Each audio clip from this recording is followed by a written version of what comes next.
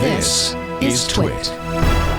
So Apple's response to the EU, besides saying we're fully in compliance with the law, now I guess they're going to have to, maybe they'll have to compromise. I don't know. Maybe they'll just convince the EU.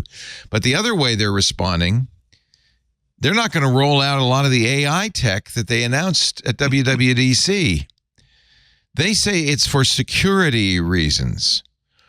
We're concerned that interoperability requirements of the DMA could force us to compromise the integrity of our products in ways that risk user privacy and data security.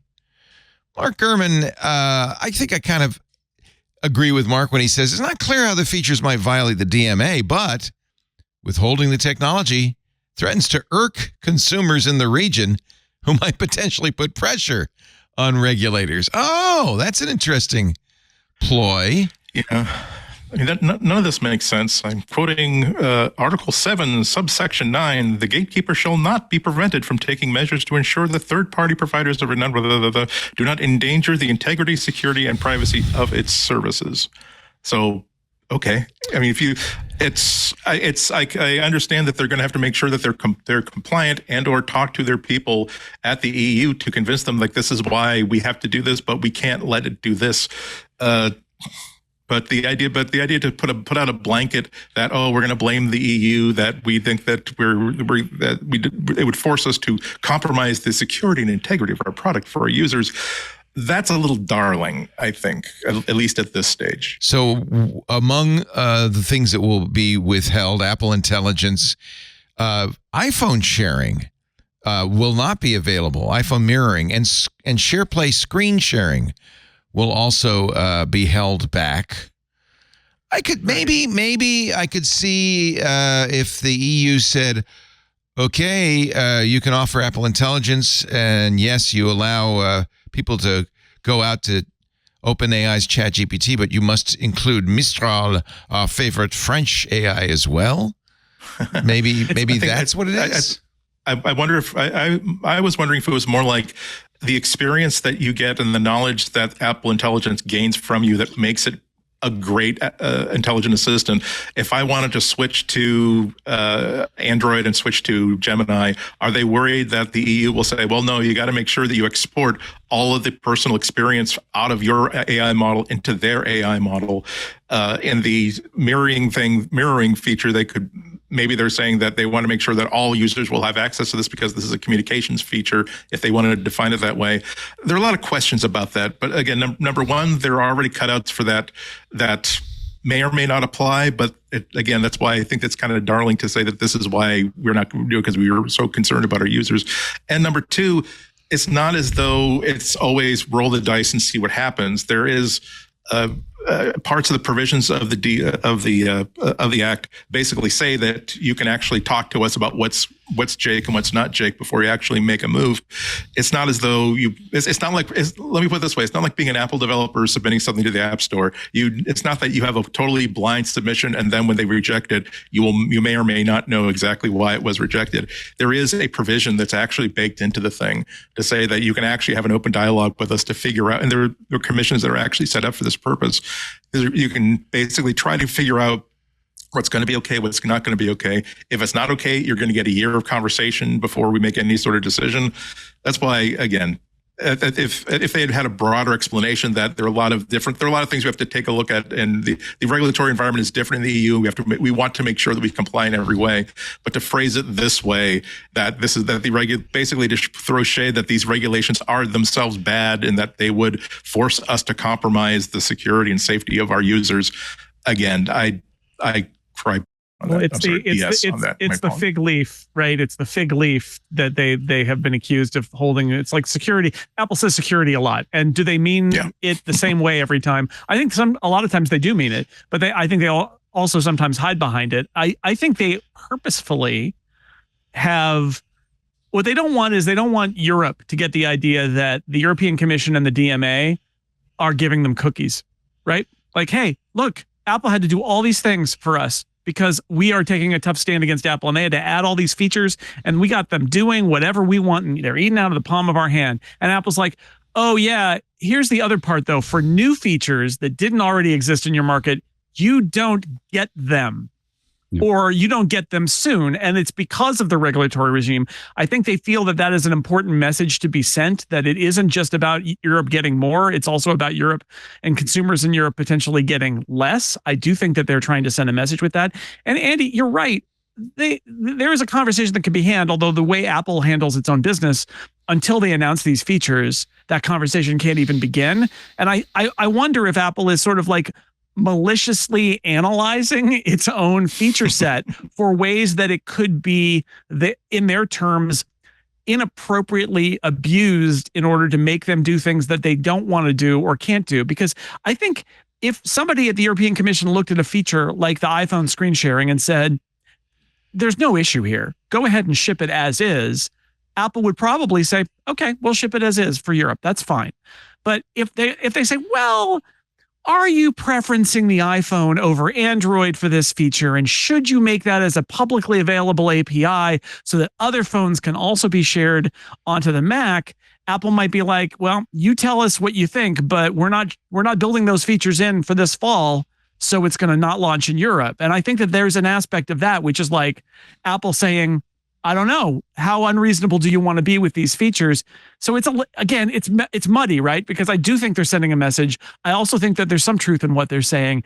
It's just a little bit of both. But the politics of it and the optics of it is part of it, right? They want to say, this is not going to be the case where every year Europe gets features nobody else in the world gets. It also is going to be the case that Europe loses features, doesn't get new features because of the DMA. And, whether that will make any difference with the way that the regulatory regime works in Europe, I honestly don't know.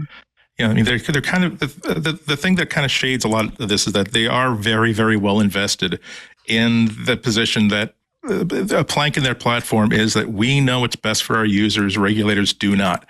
And so when we get 5 years into the DMA and to all kinds of other national regulations, and it turns out that the world does not end, that things get a little more convenient for some people, but better for most people. But basically it did not turn into a world in which iPhones are loaded with malware, everybody's getting scammed left and right. Apple has to basically sheepishly, at least tacitly, admit that, okay, well, I guess we were wrong about all of that. So the more that they can create an impression that all of this stuff is making it bad, not for us. Oh, we're okay. We're going to be fine. We've got $2 trillion. We're worried about the effect it's going to have on consumers. That's why consumers, you should be against this sort of stuff. Anytime their regulation comes in, you should be writing your lawmakers to say, do not regulate Apple or other tech businesses. Let them do exactly whatever they want because they, not you, have our best interests in heart. Does it boil down to whether you believe in regulation, government regulation of big tech? Is it as simple as that, Alex, or is it more complex? I don't think so. I mean, I think that there are places where it makes sense to potentially regulate to big tech. I don't think it's unregulated, but I think that when you start micromanaging people's business models, I think that gets into a fairly complex place. I mean, and I think that we finally saw in the United States is going after, Live Nation and so on and so forth. Like that one was like, we're all rooting for that one, right? But here's the difference is that nobody likes Live Nation. Right. like nobody, like there's the only people that like Live Nation are Live Nation. The artists don't like them. The users don't like them. The venues don't like them. Like nobody likes them. And so because they've taken advantage of this for a long period of time. And so they're in a different place. But, when you look at telecommunications in the United States, that probably needs to be looked at pretty tight. We all feel it every day because of poll access. So when you talk to internet folks that off the record, no one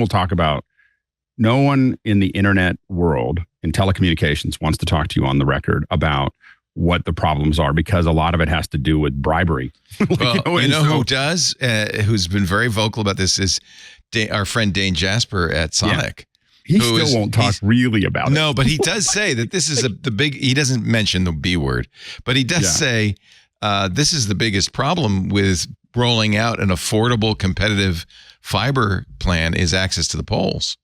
Yeah. And the thing is that, and I have a friend who owns an ISP who just will talk endlessly off the record about poll access, not on the record about poll access. But the point is that there are huge places that actually affect everyday people all day, every day, and telecommunications is one of them in the United States, and yet we still don't look at it. Why is that the case?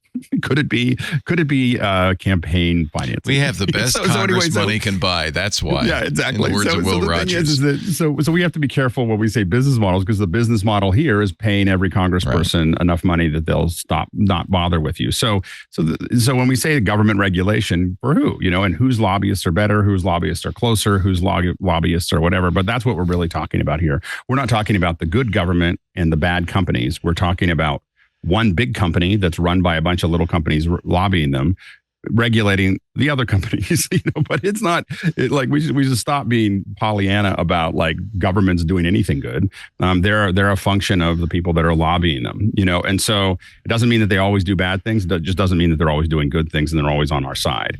And so the thing is that the issue is that I think that they're going to find this complicated. Apple doesn't even have to send a message. If it's basically the developers are going to have to start thinking about how they release things and everything else, because they're the golden egg on the new Apple platform is going to be AI over the next 3 to 5 years. And I think that it does make sense for Apple, regardless of the regulatory or any messages. If you're not clear, like you did what you thought was going to be enough to get the EU off your back, and then they said no, I wouldn't release anything into the EU until I got through that process. So the next year or two, we're going to figure out where our app store sits, and then we can talk about the other things that we might bring into the EU. But I would absolutely freeze everything I'm doing in the EU. I wouldn't even release Apple Vision Pros into the EU, which they are, by the way. I wouldn't do anything new until I knew where this piece is going to go. And especially what they're going to possibly find. I mean, Apple makes about $14 billion a year in the EU. And so at 38, and they're not going to find them $38 billion, but $38 billion is over twice what Apple makes over, it's per year. Like they have to decide how invested they want to be in the EU at all. And so that's the other thing for them to That's a good point. Yeah. If you charge a fine of 10% of global revenue and it's more than the entire revenue, it's an absurd number from a region. Well, they need to talk about absurdity. The reason the number is so absurd, and by the way, it's a maximum. Well, it's not a minimum. Yeah. But the reason it's so large is because these companies are so rich. When you say, we're going to find Google $1.2 billion, it's meaningless to them. You have to make it cost less for them to actually do the right thing. You have to hurt them. Yeah. Well, and the interesting thing is that as you look at the VPN tools that Apple's adding to some of the operating system and a lot of the privacy tools, it also gets to a point where Apple may not know where you are with your phone, which means that's true. That's problematic. You get to a point. Well, it's problematic for EU because the thing is you could say, well, I'm in the a EU user of Apple hardware could say that I am in the US and completely bypass all the stuff that the EU is doing. So there's a whole bunch of things here that could, as Apple creates that privacy bubble that even they can't puncture, it allows their users to kind of quote unquote be anywhere. Yeah, but I would ask you hypothetically, do you think that Apple is going to be so concerned about everybody's privacy that they won't be able to know if you have access to the EU App Store features or not? I think they're going to make sure that they're going to make damn sure that nobody that they don't have to extend those features to can get access to them. So I don't think that's a big problem. So for the EU store though, I think the thing is that Apple would prefer all those EU users to just move over to the American store. And if they have a VPN and they're completely able to hide that, then they don't have to. You could be living in the EU and using the American store, and Apple wouldn't even know. And Apple doesn't care if you're in their app store in the EU. All you're doing is draining the users out of the EU and into the American store. So I think Apple would want you not know where you are. They're not going to want someone in Canada or America to be able to say, hey, VPN, I'm in the EU right now, so please let me sideload this app or let me access this wonderful app store that focuses just on retro games that I really, really, really like. They're going to make sure that they can figure out where you are for the purpose of limiting your access. And this happened in iOS 17. There's a robust... way more robust than you can use a VPN or you can turn off location. There is a robust region detection system that was rolled out this spring that is exactly what you're describing, Andy, which is it's going to be increasingly difficult, especially for the average user, to even attempt to fool the system about where it is. Hey, it's Leo Laporte. If you enjoyed this little snippet of our programming, make sure you check out the full MacBreak Weekly. The link is right down there.